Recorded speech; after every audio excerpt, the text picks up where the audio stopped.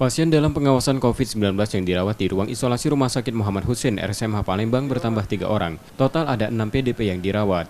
Namun 3 PDP sebelumnya dinyatakan negatif COVID-19. 1 PDP yang baru dirawat dikabarkan mengalami penurunan kesadaran.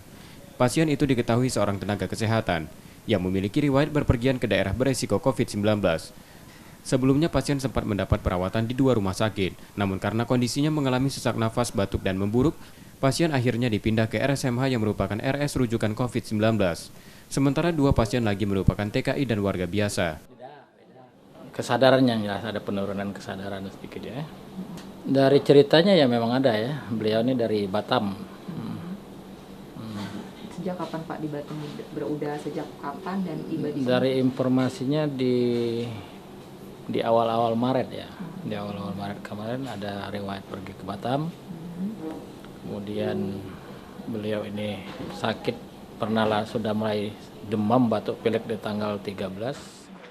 Saat ini Satgas COVID-19 tetap melakukan pemantauan terhadap orang-orang yang melakukan kontak terakhir dengan pasien dan selanjutnya pasien akan dilakukan uji laboratorium. Rezky Oktora, Muklas Diferensial, Kompas TV, Palembang.